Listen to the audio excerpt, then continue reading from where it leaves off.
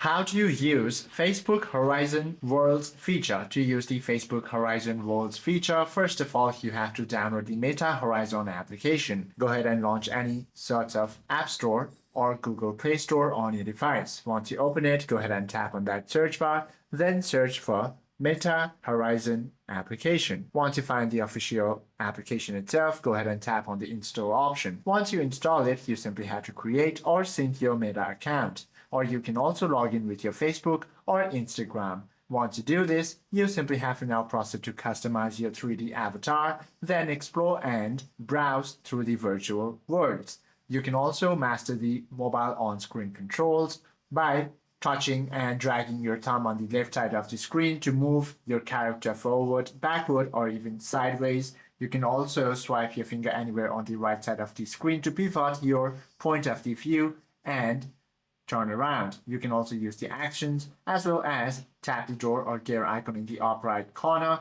to leave the world to return to the main social dashboard. Hope this video helps you out a lot. If you have any questions or queries, do comment down below.